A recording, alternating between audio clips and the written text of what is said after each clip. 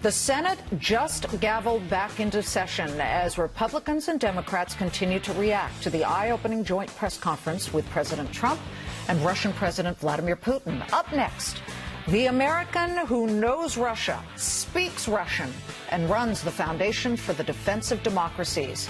Did Cliff May see President Trump defending democracies today?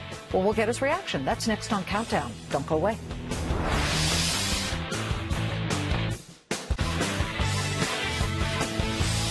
All right, we've got some breaking news. We'll take you to the floor of the Senate here. From the second the Senate gavelled back into session about, I want to say, 28 minutes ago, topic number one, the developments out of President Trump and President Vladimir Putin's news conference in Helsinki. Right now, Senator Bill Nelson of Florida, he is the senior Democrat on the Senate Armed Services Committee, weighing in, saying, quote, he believes our intelligence community and not the former KGB spy who is, quote, trained to lie. Numerous other Republican members of Congress have already spoken out about the missed opportunity and President Trump's apparent failure to show a more aggressive stance against Russia. Senate Intel Committee Chairman Richard Burr had this to say, quote, Vladimir Putin is not our friend and never has been. Richard Burr, of course, Republican from North Carolina. Nor does he want to be our friend. His regime's actions prove it. We must make clear that the United States will not tolerate hostile Russian activities against us or our allies.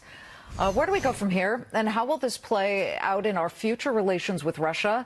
We bring in the founder of the Foundation of Defense of Democracies, who was also an exchange student and journalist in the Soviet Union, Clifford May. Your gut reaction first to the news conference and what you saw. Yeah, I think missed opportunity is a pretty good phrase. I think it was a disappointing performance. I never like to see a president of the United States put in a performance like that with an American adversary. But that has been the practice of this president, the past, certainly of President Obama, certainly, I guess, of President Bush. Putin always comes to the table and plays a better game of cards. The good news is that there were no grand bargains, no big deals concluded. It was simply the optics, which were beneficial to President Putin and were not beneficial at all to President Trump. Well, I suppose because we don't know what happened in the meeting and what kind of deals were made, we have to go on their word. But there was this quote, and this is from President Trump. The probe into Russian meddling is a disaster for this country.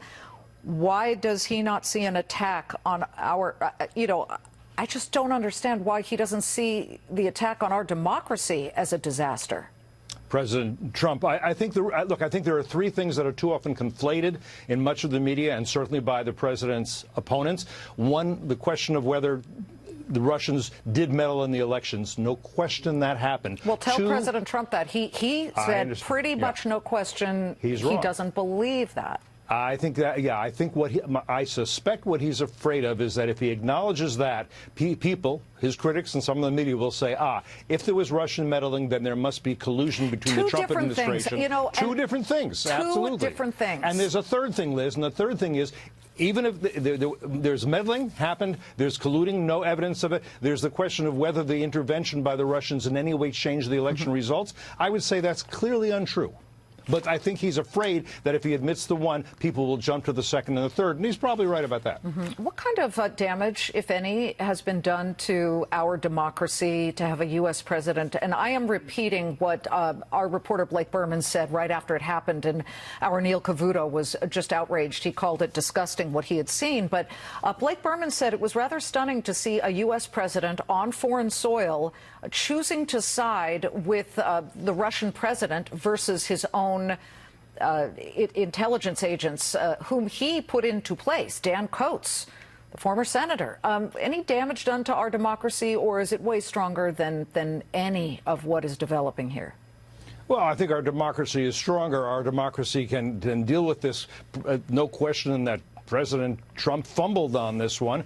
I think our democracy can also survive attempts by the Russians, which are going on under the Soviets as well, to interfere with our democracy and make people doubt our democratic system, which is really what this is all about. I wish that President Trump had, in public, stood up to President Putin in a very real way and made clear there are issues that matter to us and that we're the stronger power and we're not going to allow this kind of behavior and other behavior by Putin to continue unaddressed.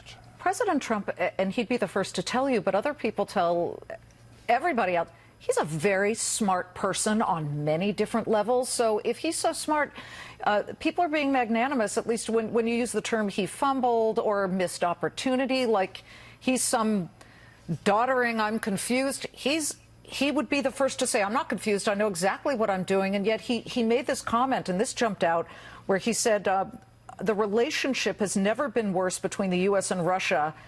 That changed as of about 4 hours ago, giving himself credit and Putin credit for smoothing things over. But the Cuban Missile Crisis, it was way worse during the Cuban Missile Crisis, or way worse during the Cold War, was it not?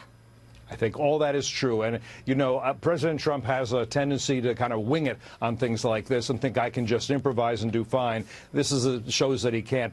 Even the best presidents, the most articulate, people like President Reagan, they'd sit down and strategize how to handle a situation like this and what they were going to say and what they were not going to say because it would give rise to bad impressions. You need a good strategic communications director. You need good advisors. You need to listen to them when they tell you. I don't think that happened in this case, and I think that's why this was a bad performance, and we just have to acknowledge that and go on. The relationship is not good. I think President Trump thinks the relationship with Russia could be better. He may be right. I don't think he made it better by what he did in this instance. Last question. If you're Dan Coats, the head of the National Intelligence Agency, do you resign?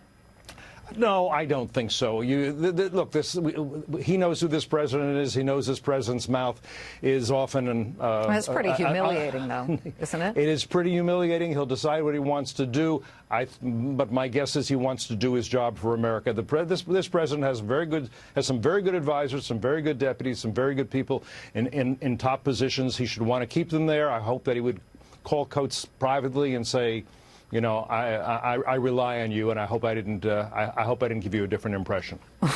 Okay, well, I can't wait to hear what more comes out of this. It is quite a stunning. We called it Hellraiser in Helsinki. Clifford May, it's great to have you. Thank you very much. Thanks, Liz.